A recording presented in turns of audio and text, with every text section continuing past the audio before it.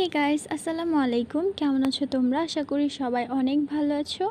আলহামদুলিল্লাহ, আমি অনেক ভালো আছি। তোমাদের সাথে আজকে এমন একটি ভিডিও শেয়ার করব যেটা তোমাদের খুবই কাজে লাগবে। একদম সহজ পদ্ধতিতে কিভাবে প্লাজো কাটিং এবং সেলাই করতে হয় সেটাই দেখাবো তোমাদের কাছে একটা রিকোয়েস্ট, প্লিজ ভিডিওটা পুরোপুরি দেখো। প্রথমে আমরা পায়জামার উপরের সাইডটা থেকে 2.5 ইঞ্চি কাপড় বাদ দিয়ে দিব। এটা হচ্ছে এলাস্টিক অ্যাটাচ করার জন্য। এরপরে আমরা প্লাজোর পুরো লম্বার মাপটা নিয়ে নিয়েছি। কাপড়টা একটু কম থাকায় এখানে কাপড় আমার উপরে বা নিচে কোথাও কাটা যায়নি, একদম সমান সমান হয়েছে। এখন আমরা কাপড়টিকে টান দিয়ে এই পাশে নিয়ে আসলাম।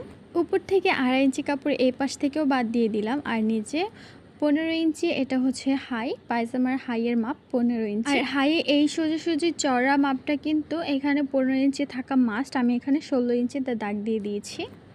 এখন আমরা এখান থেকে আরও একটা মাপ নেব। এখানে হচ্ছে 14 ইঞ্চি আর এই পাশে হচ্ছে 16 ইঞ্চি।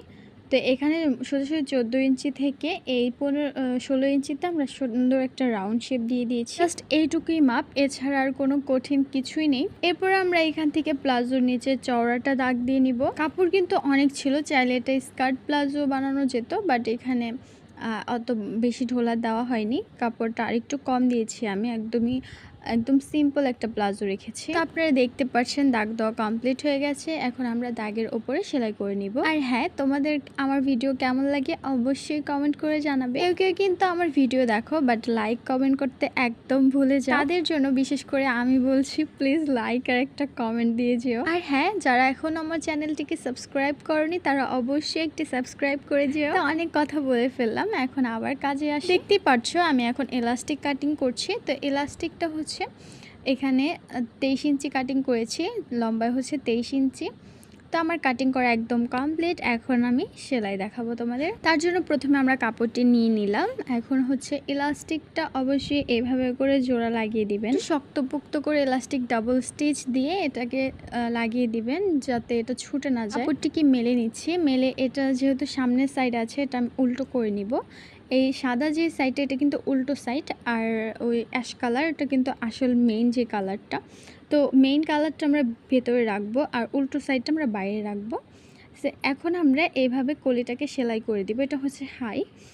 তো এই হাইটাকে আমরা এইভাবে করে সেলাই করে দিব। আমি বারবার দেখিয়ে দিচ্ছি। তো গাইস, আমার সেলাই করা একদম কমপ্লিট। দেখুন গাইস, আমি এখানে সুন্দর করে দুইটা করে সেলাই দিয়েছি। এখানে কিন্তু সিঙ্গেল সেলাই দেবেন না, কারণ হচ্ছে পায়জামার এইখানেই টান পড়ে। এইখানটা যদি একটু পোক্ত করে সেলাই না দেওয়া হয় তাহলে কিন্তু বসার সময় ওঠার সময় অবশ্যই ছেঁড়ার সম্ভাবনা আছে। তো এরপরে আমরা নিচের পায়জামার মুহুরি সেলাই করব। পায়জামার মুহুরিটা সেলাই করে দিব। এখানে যেহেতু কাপড় খুবই কম, লম্বা একদম বরাবর ছিল, তাই আমি কাপড়টি কাটিং করিনি। জাস্ট এটার উপরে আমি একটু ভাঁজ দিয়ে সেলাই করে দিব, একদম চিকন করে। দেখতেই পাচ্ছেন এরকম চিকন করে আমি এখানে সেলাই দিয়ে দিব। দোনো সাইডের পায়জামা আমি মুহুরিটা সেলাই করে দিব। তো আমার পায়জামার সেলাইটা একদম কমপ্লিট হয়ে গেছে। দেখুন গাইস, আমি এরকম চিকন করে দোনোটা মুহুরি সেলাই করে দিয়েছি, একদম চিকন করে। আর আপনারা চাইলে মোটা করে বা ছোট চিকন করেও দিতে পারেন। অনেক সময় পায়জামার মুহুরিটাকে একটু মোটা করে সেলাই দিলে খুবই ভালো লাগে। আবার কিছু প্লাজো আছে একদম চিকন করে সেলাই দিলে খুব ভালো লাগে। এটা যার যার পছন্দ ইচ্ছে বলতে পারেন, যার যেভাবে ভালো লাগে সেভাবে করে নিতে পারেন। আমরা পায়জামার দোনোটা পা একদম সেলাই করে দিব। এখান থেকে মাপ নিয়ে একদম এই মুহুরি থেকে শুরু করে ওই মুহুরি পর্যন্ত সেলাই করে দিব। এখন পায়জামার সেলাইটা হয়ে গেছে। এখানে আপনাদের বোঝার সুবিধার্থে আমি এই সাইডটা একটু সুতাটা একটু ভিন্ন রঙের ইউজ করেছি যাতে আপনারা বুঝতে পারেন।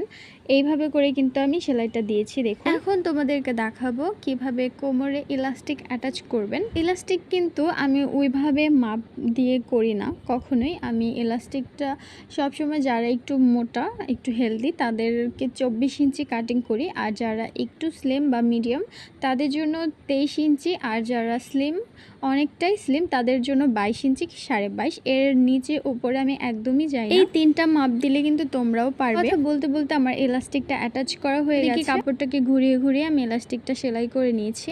এখন আমরা কাপড়টিকে টেনে টেনে এলাস্টিকটাকে একদম সুন্দরভাবে বসিয়ে দিব যাতে কোনো দিকে বেশি কম না থাকে কাপড়টা। আমরা মাঝখানে একদম এলাস্টিকের মাঝ বরাবর একটা সেলাই করে নিব চারিদিকে ঘুরিয়ে। তো তোমরা চাইলে এখানে 2টা সেলাই দিতে পারো, আমি এখানে একটি দিয়েছি, একটি এনাফ, বাট 2টা দিলে একটু পোক্ত হয় বা ভালো হয়। ভিডিওটা একটু অন্ধকার লাগছে, একদম সুন্দর লাগছে না, কারণ হচ্ছে কারেন্ট চলে গিয়েছিল, অনেক দিন হয়ে গেছে কারেন্টে খুব বেশি জ্বালাচ্ছে। যদি 1 ঘন্টা থাকে তো 2 ঘন্টা থাকে না। কার কার বাসায় এরকম কারেন্টে জ্বালাচ্ছে অবশ্যই কমেন্ট করে জানিও। তা আমার পায়জামাটা একদম কমপ্লিট। দেখুন আমি এখানে কিন্তু কোনো পট্টি ইউজ করিনি, আমি যেভাবে বানিয়েছি এভাবে কোনো পট্টিও লাগে না, সিম্পল আর সহজ উপায়ে। এর চাইতে সহজ বা সিম্পল ভাবে কেউ হয়তো বা দেখাবে। আজকের ভিডিওটা এই পর্যন্তই ছিল। ভিডিওটা কেমন লাগলো অবশ্যই কমেন্ট করে জানাবেন। ভালো থাকবেন, সুস্থ থাকবেন, আল্লাহ হাফেজ।